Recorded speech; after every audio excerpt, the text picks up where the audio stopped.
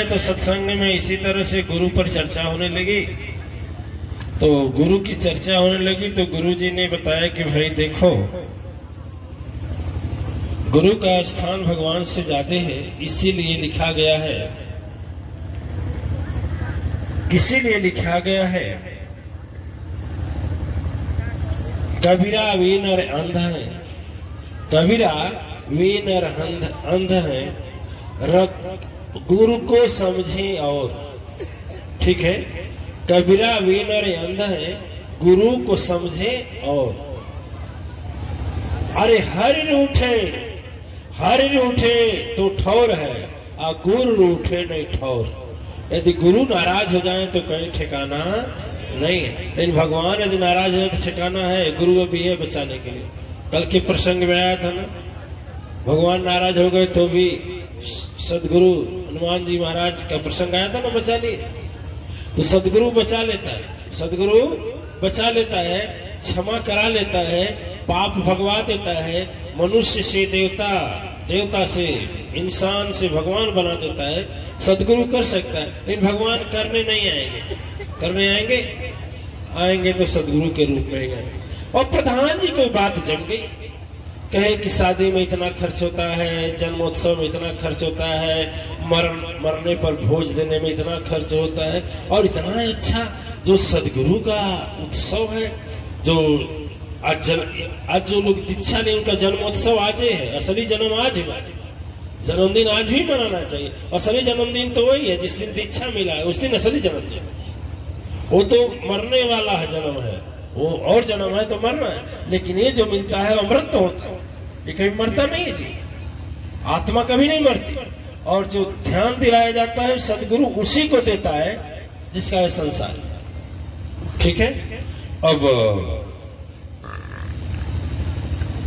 गुरु उनको प्रधान जी को बात समझ में आ गई और कहे ठीक है। प्रजापति सिंह जी महाराज के पास आए और बोले कि मुझको दीक्षा दे दीजिए।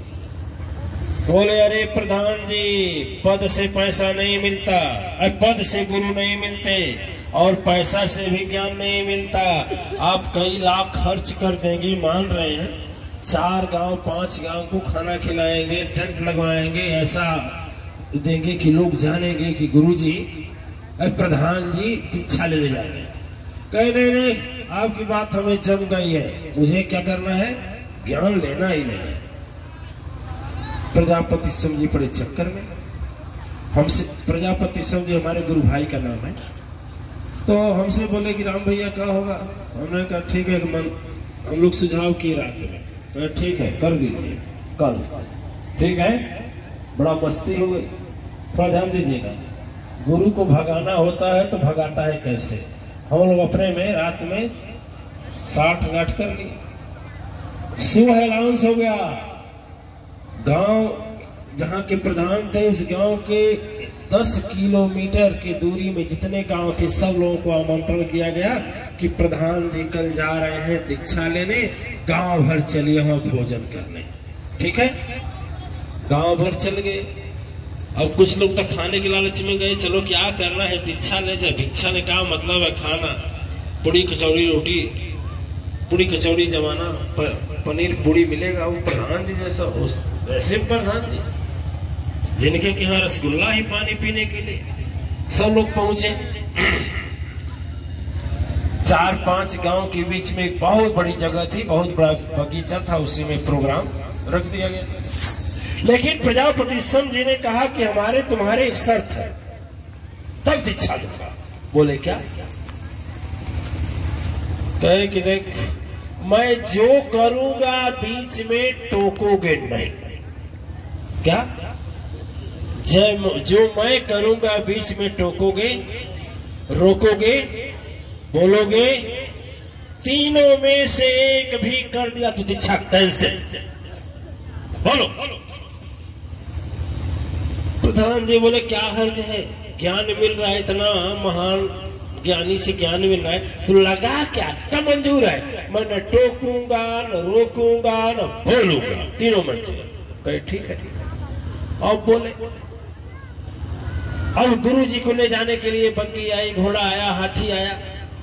ठीक है, और उस समय इसका प्रचलन, ये सब गाड़ी नहीं थी, जीप चलता था, मर्सिडीज गाड़ी थी उस समय। मर्सिडीज गाड़ी आई, गुरुजी जिस पर चाहे इस पर बैठ जाए। प्रजापति सिंह जी बाहर निकले, प्रधान जी हाथ जोड़े खड़े हैं, बग्गी में बैठिए, रथ में बैठिए, हाथी पर बैठिए। अरे बोलना है न टूकना है न रोकना है, ठीक है, तीनों नहीं है, सब लोग चुप। एक गधा चरा रहा था धोबी, तो उसको बुलाओ। किसको?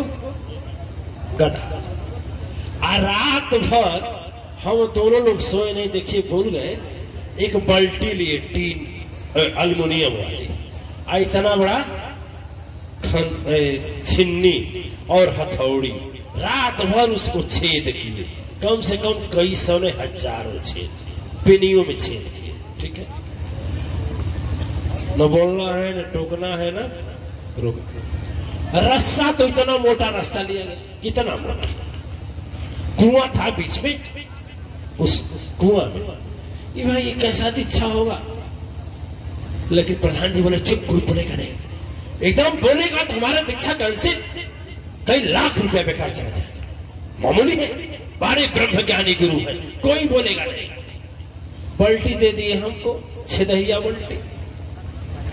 हमसे कहे तू कैसे चलवा, हम कल पैदल, हम कल तू कैसे चलवा, कल गदहिया से। एक गदही चल रही थी, गधा बुलाए और गदही पर बैठ गए। देखिए गदही पर बैठ गए, एक खड़ाऊ गिर गया, मारे एक मुक्का, गदही भाग चली। रस्सी जो हाथ में रस्सा वो लिए थे, बल्टी हम लिए थे, गिर गया। लोग हंसने लगे कि कौन ज्ञानी गुरु जी के बैठने सहूल। अब ऐसे बैठे थे, सब मुंह की ओर बैठा था ना, वो गदही के इधर पूछ और मुंह किए थे। अब लगी जनता हंसने, क्या प्रधान तुम पागल हो गया, कहा तुम्हारी बुद्धियां कहीं गई, ऐसे गुरु होते हैं। चुप चुप चुप चुप चुप चुप, न बोलना है न टोकना, न रोकना है, न बोलना है और न टोकना है। नहीं टोकना कहाँ है, टोकना नहीं है, बोलना नहीं है, रोकना नहीं है, कुछ नहीं करना। ठीक है, अब प्रधान जी का मन अब करे है तेरी गुरु को हम समझे होते तो किए ही नहीं।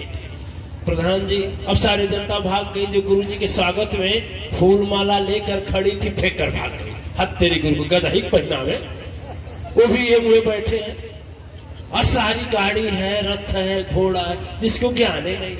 अब बैठ गए, गदही के ऊपर कूद रहे हैं, वो गदही कूदना बर्दाश्त करे का, घोड़ा है का। अब गिर गई, धोती लपटा गया घोड़ी के पैर में, वो घोड़ी लगी पैर चलाने, ये भी लगे पैर चलाने।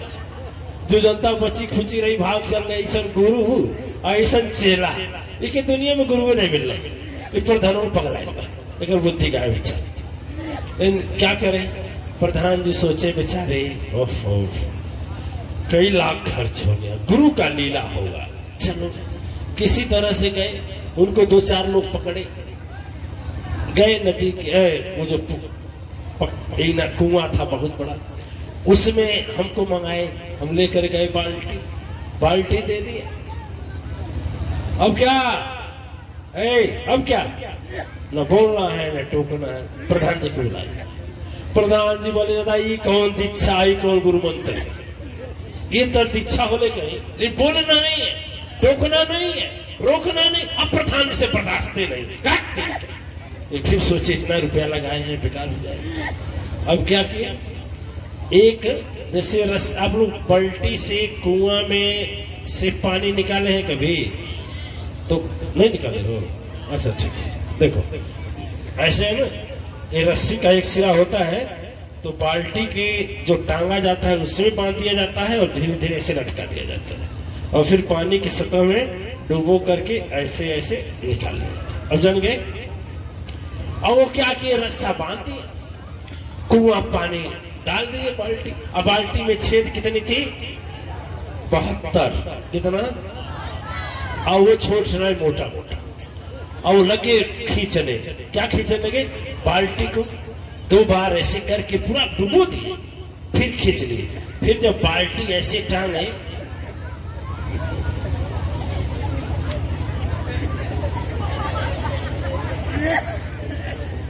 फिर डुबोए। प्रधान जी बोले अब मेरे बर्दाश्त के बाहर है, इतना नहीं कैद है कि इसमें पानी, जब छेद है तो कैसे पानी आएगा। फिर डुबोए, फिर निकाले, फिर वही गति हमसे करे। नाटक तो हम ही लोगों का था, नाटक करना था। तो दूसरी बात, प्रधान जी सोचे अब चाहे लाखों रुपया जाए या जा रहे, अब तो बोली की दम लूंगा, रोकी के दम लूंगा, टोकी के दम लूंगा। इतना नहीं कहने कि छेद है पानी कैसे आएगा। फिर चुप हो गए, ओफो अब गड़बड़ हो जाएगा, जाने तो अब चुप हो रहा है। बैठने का सहूर नहीं चला, खड़ाऊ के गया चला, धोती खुल गई चला, यहाँ आ गए चला, पानी भर रहे हैं, ये भी नहीं छेदे हैं या बनिए डाले हैं। लास्ट में जब ऐसे फिर 17 बार हुआ, कई बार, और जब 18 बार गए तो प्रधान जी के तो धैर्य की सीमा टूट गई। कहते गुरु है कि खाक है, आपको जानकारी है, ए कर रहे हैं, ए। उसमें छेदा में नहीं तो पानी कहां से रुकेगा। गुरुजी बोले मंत्र हो गया ज्ञान, भाग यहां से प्रधानवा, भाग, हो गया ज्ञान। मैं बोला था न टोकना है न रोकना है न बोलना है, और बीच में बोल दिया तू भंग कर दिया। और सोन इसमें तो छेद नहीं है ना, छेद है ना इसलिए पानी नहीं आ रहा है ना, यानी पानी लाने के लिए छेद नहीं होना चाहिए। और तुम्हारे पास तो पेनिए नहीं है, जो हम पानी, इसमें तो एक आध बूंद पानी आ भी जा रहा है, और तुम्हारे में तो पेनी नहीं है। यानी जो मैं शक्ति तुझको दूंगा ना, वो रखने के लिए तेरे पास जो बर्तन होना चाहिए श्रद्धा और भाव का, वह तुम्हारे पास नहीं है। यह तुम्हें सिखाने के लिए मैं लाया कि पहले जैसे इस बाल्टी में छेदा है और पानी नहीं आता है, उस तरह से तुम अपने ज्ञान को जहां रखना है, सदगुरु की शक्ति को जिस हृदय में श्रद्धा और प्रेम भाव के बर्तन में रखना है, उसको शुद्ध करो। उसमें छेद का पेनी नहीं है, उसका गायब हो गया है। जाओ पहले भाव और प्रेम की लगाओ, ठीक है। गुरु की लीला गुरु ही जाने और न जाने को, हृदय जो समर्पित किया वह सदगुरुवर का हो, कोई नहीं जानता। गुरु ऐसा गंवार सा आपसे बात करेगा, ऐसा साधारण सा बात करेगा, लगेगा कि मैंने कुछ ही नहीं, ठीक है। तो आज सतगुरु की लीला जग में भारी, कोई जान न पाता है। अभिमानी दिल में लाख छिपावे, कभी समझ ना आता है। सदगुरु की, अब देखिए वहां दीक्षा नहीं हुआ, कई लाख रुपए चला गया, बर्बाद हो गया। पूरे आत्माएं, ऐसी बहुत घटनाएं हैं, एक नहीं हजारों घटनाएं हैं, जो इतनी बड़ी अनमोल शक्ति तपस्या, इतनी अनमोल शक्ति तपस्या जो विश्व ब्रह्मांड बनाया है, उसको पाने की शक्ति, जिससे सब कुछ पाया जा सकता है, उसकी शक्ति इतना आसानी से कैसे मिल सकती है। उसके लिए श्रद्धा प्रेम भाव और पूर्व जन्म की तपस्या होनी चाहिए कि नहीं होनी चाहिए, वैसे मिल जाएगा। भगवान बुद्ध के जीवन की गाथा आती है कि भगवान बुद्ध एक बार कहीं जा रहे थे, उस सेठ का, बहुत नामी सेठ था, धनवान था, बहुत धनवान था। जब सुना कि सम्राट अशोक जैसा राजा भगवान बुद्ध को स्वीकार कर लिया, तो हम भी क्यों नहीं मंत्र ले लें। तो कहलवाया भेजा कि तुम्हें काम करो। गुरुओं का लीला महान है, कोई समझ नहीं पाता है। जो भेजा से खोजेगा वो गुरु को नहीं पाएगा, जो दिल से खोजेगा वही पाएगा। उसको चिन्ह पहचान में नहीं आएगी, बुद्धि भ्रष्ट हो जाएगी। उसको यही लगेगा कहीं पर चल रहा है, छेद के हुए बाल्टी से पानी भर रहा है, उसको जानकारी नहीं, उसके दिमाग से नहीं, दिमाग से खोज रहा है, हृदय से नहीं खोज रहा। हृदय से खोजने वाला कभी अलग हो ही नहीं सकता, और हर में कहेगा गुरु की कुछ लीला, गुरु की कुछ लीला, यही कह करके उस चीज को स्वीकार करेगा। तो खबर भिजवाया, क्योंकि थोड़ा घमंडी था, उस शहर का बहुत बड़ा अरबपति खरबपति सेठ था। कहा गुरु जी के पास खबर भिजवाया, कहा भगवान बुद्ध से कि हमारे घर आए, उनके पास 40,000 भिक्षु चलते हैं, सबको भोजन आए, हमको दीक्षा दे। तो भगवान बोले कि अरे कुछ खर्च वर्च करेगा तब दीक्षा होगा कि फ्री में दीक्षा होगा। अब बताइए, जो भगवान बुद्ध राजा थे, राज्य का परित्याग कर दिए, हम लोग कितने लोग भगवान से धन में मांगते हैं ना, मन मांगते हैं, स्वास्थ्य मांगते हैं, स्वार्थ मांगते हैं, और भगवान बुद्ध सारा परित्याग कर दिए, निकल पड़े। और जब भगवान बुद्ध आते हैं, भगवान बुद्ध जब आते हैं तो कहते हैं कि ठीक है, वैसे नहीं कुछ खर्च करो। बड़ा खुश हो गया, अब तो खर्च करेंगे और भगवान हमको बुद्धत्व दे देंगे, माने आत्म साक्षात्कार करा देंगे, भगवान से मिला देंगे। डेट पड़ गया कि फला दिन दीक्षा ले देना। नगर में मचा हड़कंप, उतना बड़ा अरबपति आदमी उनका शिष्य होने जा रहा है, लगी लाइन, सब लोग पहुंचे। तो भगवान बुद्ध एक कटोरा लेकर चलते थे, माँ भिक्षा पात्र से बोलते थे, चंबल की तरह भिक्षा पात्र। तो उनका एक नजदीक की उनका